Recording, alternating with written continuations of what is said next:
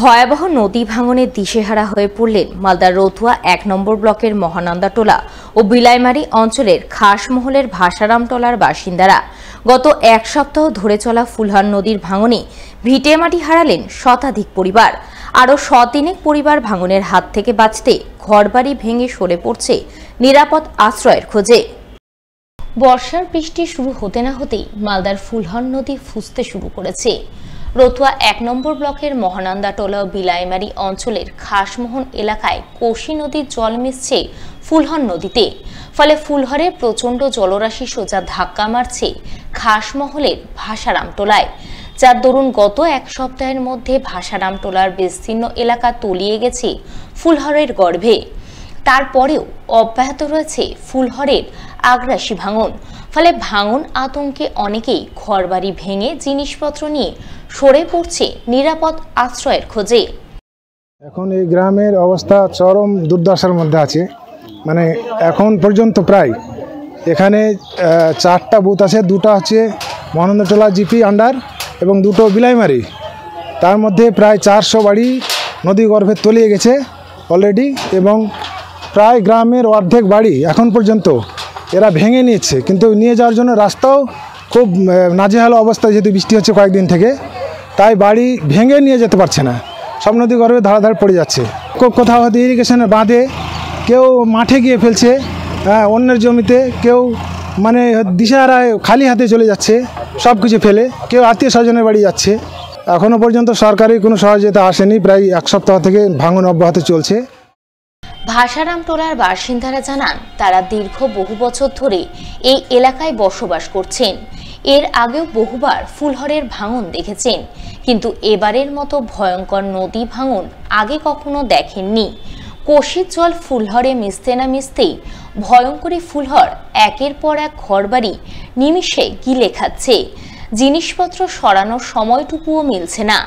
ইতিমধ্যে শতাধিক পরিবারের ঘরবাড়ি নদী গর্ভে বিলীন হয়ে গেছে। তাই ভয়ে আরও শদুয়েক পরিবার তাদের ঘরবাড়ি ভেঙে অন্যত্র সরে পড়ছেন। ফুলহর নদীটা আমাদের এই খাসমহল ভাসারামটোলার সামনে গিয়ে সম্পূর্ণটাই এই কোশি নদী আর ফুলহর নদী এক জায়গায় মিলে, এখানে মিলনস্থলে জলটা এসে এখানে সম্পূর্ণ আমাদের ভাসারামটোলার উপরে জলটা টাক্কার মারে, মানে ধাক্কা দেয়, আর জলটা টান করে পশ্চিম দিকে গঙ্গা নদীতে চলে যায়, আর এখানে ব্যাপক মানে নদী ভাঙন শুরু হয়।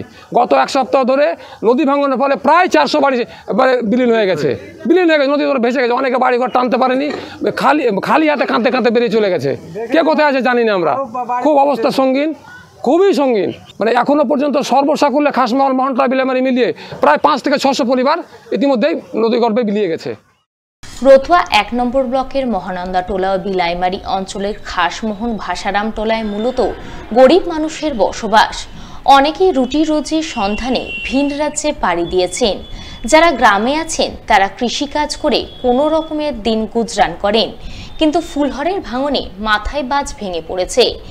ঘরবাড়ি হারিয়ে সর্বশান্ত হয়ে তারা কোথায় যাবেন আর তার কোনো ঠিক ঠিকানা নেই। এই মতো অবস্থায় অনেকেই চোখের সামনে অসহায়ভাবে ভয়াবহ নদী ভাঙনের ভয়ঙ্কর দৃশ্য শুধু ফ্যালফাল করে চেয়ে দেখছেন। কেউ কেউ আবার সবকিছু হারিয়ে বুক ফাটা কান্নায় ভেঙে পড়ছেন।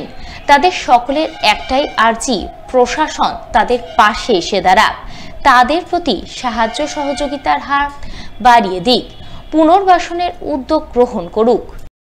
আপনার বাড়ি এখানে ছিল, আমার জন্ম হয়েছে এখানে, এখান থেকে আমি আছি। আর এখন কোথায় যাব? আমার বাড়ি ঘর কিচ্ছু নয়, টাকা পয়সা কিচ্ছু নয়, আমি তো গরিব, নিখুর গরিব। 1,15,000 টাকার বেতন বিয়ে দিলাম, আর সুদের উপরে সুদ আছে, আমার কিচ্ছু নয় দুনিয়াতে। বাড়ি ঘর থেকে কিছু বার করতে পেরেছি? সব মাঝে ঋণের উপরে, কিস্তির উপরে। বাড়ি ঘর থেকে কিছু বার করতে পেরেছেন? না, কিচ্ছু পারলাম না, একটু সব পড়ে আছে, নদী সব পড়ে গেছে সব কিছু। সব কিছু ভেঙে তছনছ। এই অবধি কোনো নেতা নেত্রীর আমরা দর্শন পাইনি, বা কোনো সরকারি পক্ষের কোনো সাহায্যর প্রতিশ্রুতিও পাইনি, যেহেতু আমরা বড় অসহায়। আমি বিডিও সাহেবের এবং এমএলএ এমপি সাহেবের দৃষ্টি আকর্ষণ করছি, যেন তারা খুব তাড়াতাড়ি শীঘ্রই এই অসহায় মানুষদের পাশে এসে দাঁড়ান এবং কিছু সাহায্যের হাত যেন বাড়িয়ে দেয়।